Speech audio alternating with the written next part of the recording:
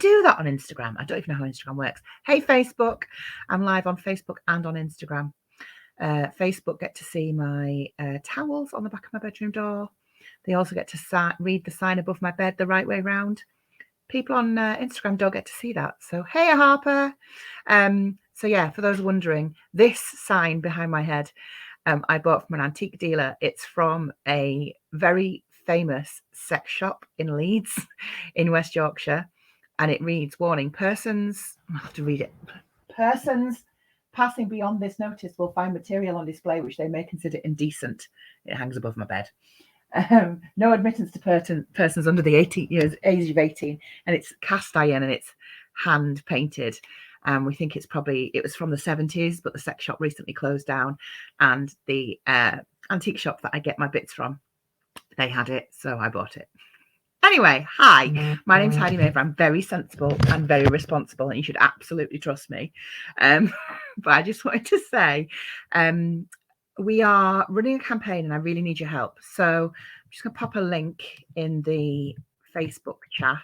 If you're watching me live on Facebook and you can see me, would you please give me a hello and a wave and some angry faces? That's always good for the algorithm. Same applies on Insta. Let me explain what I'm asking you for tonight. So you might have seen that I started a petition with Change not so long ago. Hi, Sarah.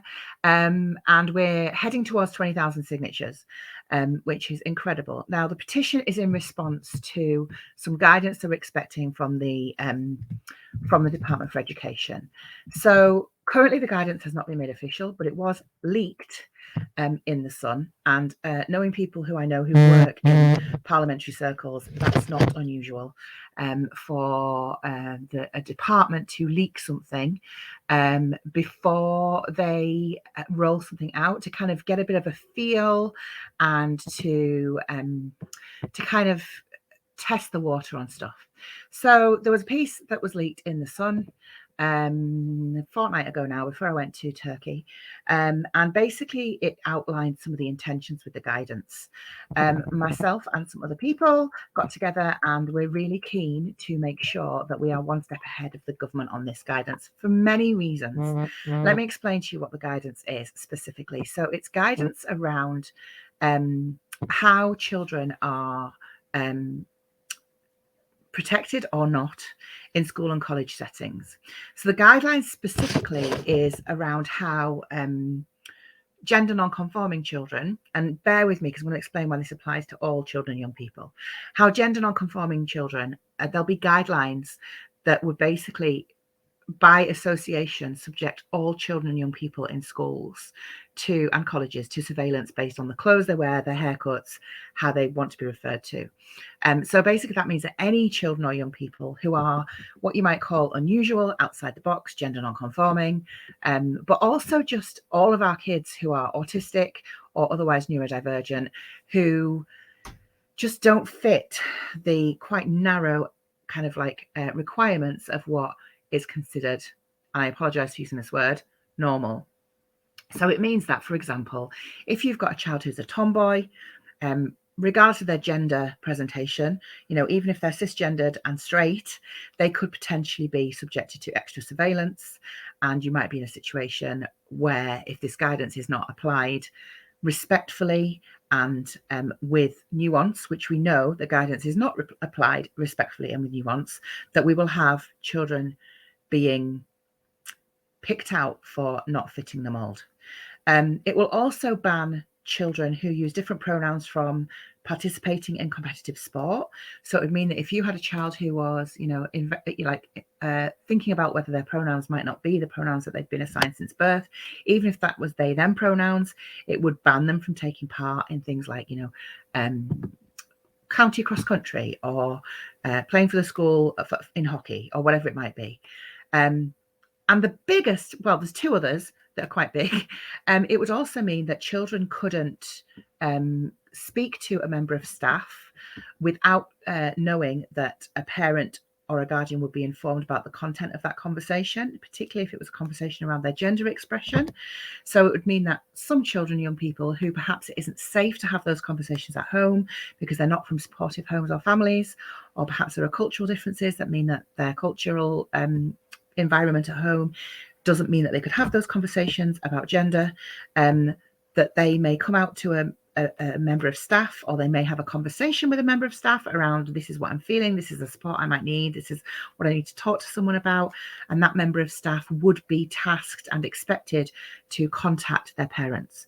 And and we know from things that we've seen happen that particularly in homes where gender non-conforming children, but all children, but particularly in homes where gender non-conforming children are not cared for because of their gender expression, it's really dangerous. It's really dangerous for our trans youth.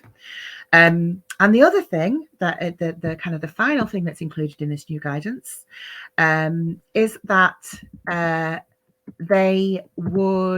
guidance would say that if you have a child or a young person who has chosen that they would like to use a different name to the name they were given, by their parents at birth, any different name or any different pronouns from the pronouns that they're known by previously, that teaching staff and other pupils would not be required to respect those names and pronouns. So, for example, if I give you an example of the trans young person that I adore in my life, their name that they used and that we used until we knew differently was a female presenting name, and they used she, her pronouns. They now have a male name and they use he, him pronouns. Under the new guidance, it would be legal, and actually it would be kind of permissible that they could be misgendered in a classroom and misnamed. And we know that the impact of that on our trans young people is significant and places them in real danger. And what this will all do is that it will garner a culture within our schools that will make it unsafe for young people to feel safe and supported and seen for who they are, and to be able to have conversations with adults that they trust in confidence. Now, I am not suggesting that there isn't guidance needed, because there absolutely is, but I'm really concerned that this guidance, and lots of people who are working with me at Protect Our Kids are really concerned that this guidance will move us towards a place where gender-based bullying becomes even more entrenched in our system. We know from the murder of Brianna Gray that our trans young people particularly need support and empathy, not hatred, not being able to, not being supported and kept safe in school. So that's the essence of the guidance. We're expecting a formal announcement from the Department for Education within the next week. We've been told it's coming out before the end of term. We really want to get ahead of this because we want to show the government and the Department for Education that we are all concerned about what this guidance could mean for all children and young people. If you have a child or young person in your life, as many of us do, who is perhaps autistic, neurodivergent, who is different, who thinks differently, who does things differently, who behaves differently to their peers, because of their neurodivergence or because they're just different. If they've got a differently wired child, you should be concerned about this guidance. This is not just something that will affect trans and non-binary children and young people. This is something that will affect all children and young people in school settings. And we know from where guidance has been rolled out elsewhere, although this isn't legislation, we do know that school leaders use guidance, and we've seen that with the attendance guidance that rolled out. Even though it's only guidance, we have seen significant changes in the way that schools approach attendance in direct correlation to the things in that guidance. Specifically, we've seen a quadrupling of fines and prosecutions in the last 12 months since, running alongside since when that guidance was rolled out and first leaked. So what I'm asking you for tonight is two things. If you haven't signed the petition, please go and sign the petition. I will put a link in the comments. But more than that, what we're trying to do tonight, I would love it if you would give this a share, please, and maybe send into private inboxes for people who you know are passionate about the safety of our children and young people in schools, particularly. This is something that we are going across the board on. This is something that we want all parents and carers to be aware of. We know that education staff are already aware of this. There is already a public letter from members of the teaching profession speaking out against this guidance, because we also know that this will tie the hands of pastoral workers in schools who are there to support our children and young people, and who need to be able to do that in confidence. And the particular piece of guidance around informing families will make that very, very difficult for them to do their jobs and to keep our kids safe. So what we're trying to do is we're trying to get ahead of the curve before the DfE guidance rolls out. If we can make enough noise before this rolls out, we are hopeful that we can make some changes to the guidance in terms of the key wording, and just have the DfE just stop and think about what the implications are for this guidance that is due out in the next week to 10 days. Even if it delays it enough for us to have some conversations, we are aware that Parliament will close over the summer holidays, so it's really timely. So with that in mind, what I am doing is I've set up a Facebook group, and specifically we're going to do a massive Facebook and social media rollout on Wednesday night. That's this Wednesday, the 5th of July, when we're all going to share content on our platforms at the same time. Thank you, Lindsay, for putting this in the chat on Insta. I've just put it in the chat on Facebook. If you follow this link, it will take you to a closed, private, hidden Facebook group. So don't worry. This is like, we are really, really conscious that people want to be supportive and allied with what we're trying to do, but also we know that for some people this can be contentious, and we don't want to put those people who are supporting us in the line of fire. That's why it's a closed and hidden Facebook group. All we're using this Facebook group for is to share information that we know so far about the guidance, and to give you instructions for the social media rollout on Wednesday. And the intention is that on Wednesday, we all roll out content at the same time on Wednesday across all social media platforms. We make a bit of a splash. Lindsay, who's my social media manager, is here. She has given this a lot of time. She's set up the group for us. We've got some admins in there who know what they're doing and know their way around all of this. We have got support from for the Change petition on that side. We've got support from a campaign manager over at Change. So we're doing this properly, and we're doing this safely, and we're doing this to really kind of galvanize people. So my request to you is, please come and join that Facebook group. Please click the link and follow the instructions so that you can help us with the rollout on Wednesday. We are hoping that that will get us some publicity and PR. I'm all lined up. My diary is clear. I will be doing as much press as I can get on this. And we will have other people within the group, Protect Our Kids group, who will do press on this too. I cannot stress this strongly enough. This is not just a piece of guidance that will affect trans, non-binary and gender conforming children. This is a piece of guidance that will change culture in our schools, and will see all children subject to surveillance. And we will see, in some settings where we know that school leaders are more draconian. I'm looking at you, Catherine Balber-Singh. Didn't just say her name out loud, did I? But we know that there are some school leaders who will jump on this, and who will make it extremely difficult for any children who are non-conforming to do anything other than conform to the very narrow view of what some people consider to be acceptable. So we're talking about potentially, we've had our girls, our women and girls, now women, because I did this when I was at school, lobbying to be able to wear trousers in school. This is in that realm. This is in that realm of, oh, well, girls wear skirts. So we could see a rollback of uniform. And this is rooted in trying to control the lives and the behaviors of a very small minority group by turning the majority group against them and feeding them a rhetoric of, these kids are different, and so in order for you not to be bracketed with these different kids, you need to be like these kids. And we know that when that happens, our neurodivergent kids are the ones that fall through the cracks. So this will affect all children and young people, not just gender non-conforming young people. It's really, really vital. I do not give my time and energy and effort to something like this if I don't know how big and important this is. You'll know, if you've followed my work, that I am absolutely committed to children and young people being supported in our schools and colleges. It's my life's work to make sure that our children and young people are safe in schools. And this guidance will make schools and colleges unsafe for thousands, hundreds of thousands of children and young people, not just those who are gender non-conforming.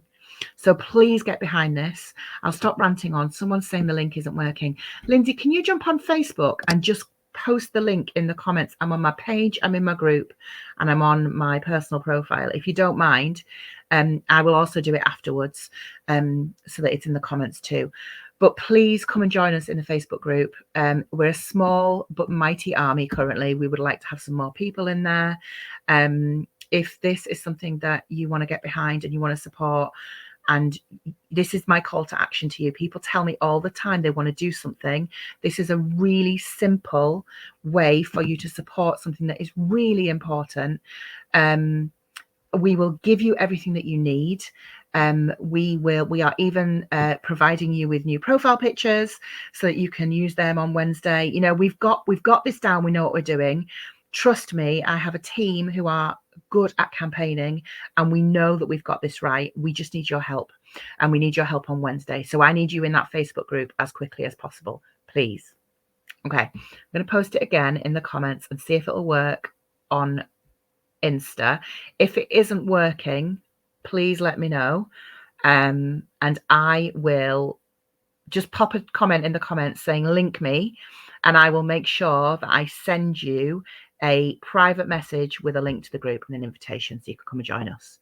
Please spread this far and wide. Please help us. Like I say, it's too important not to do.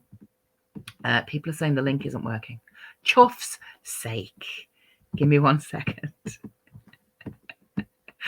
1 sec, I will do it now. Invite with link. Invite with link. It's because it's a closed group, so you have to refresh your link really often.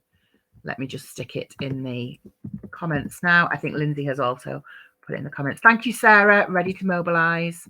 Count me in, link me. Amazing. I will make sure that we go through all these comments on Instagram and on Facebook. If you want a link, just click link me in the comments. Right, link me in the comments, and I will make sure that you get a link. I really appreciate you listening to me bang on about this. I'm not going to apologize. This is really big, important stuff. If this guidance comes into force, it will probably be the biggest change to our schools and culture in schools and colleges that we have seen since Section 28. I'm not exaggerating. This is potentially the new Section 28. And if anyone who grew up under Section 28 remembers, it was a really fucking grim time for people who were not, who did not conform with the majority. So please join. The link is now working and people are joining, says Lindsay. Lindsay, would you just click it again? Just pop it up again and I will make sure that it shows on screen. Right, on Facebook, you should be able to see it. On Instagram, I can see people commenting, link me. I will make sure that I will get links into the comments. Just give me and Lindsay time to go through, and we will make sure Sarah's in. Okay, so it is working. So again, thank you in advance. I will see you over there. One more thing before I go, please, my request from you is in that group, it is only for this campaign. I am super grateful for you to come on board and help us galvanize support for this. But please don't use that group for anything else. I will signpost you elsewhere if you need to be elsewhere for other support and help and advice. But this specifically, this Facebook group is a limited time Facebook group purely for this rollout on social media on Wednesday. Thanks for listening. Thanks for sharing. If you haven't shared this yet, please give it a share. Just share it, tag me. And let people see what it is that we're trying to do. Let's try and make sure that the government hear us before this guidance rolls out. We know that if we mobilise people and we speak up, we can change things before the guidance rolls out. We've seen it happen before. We also know that if we don't do that, we're going to have a big fight on our hands, and there will be legal challenges to some of the guidance. You know, it's definitely not in line with the Equality Act at all. But we just want to really make sure that we do all we can as early as we can to support our kids in schools and to keep our schools safe for our children and to protect our kids in the place that they spend the majority of their time. Okay, thanks for listening. I'm going to go and wash my hair and my body. I just realised I have to be quite sensible about what I say because not everybody knows me who are watching this. Please join in. Please get involved. Thank you for your support. And I will see you over there in the group for instructions on what to do ahead of Wednesday. See you later, team.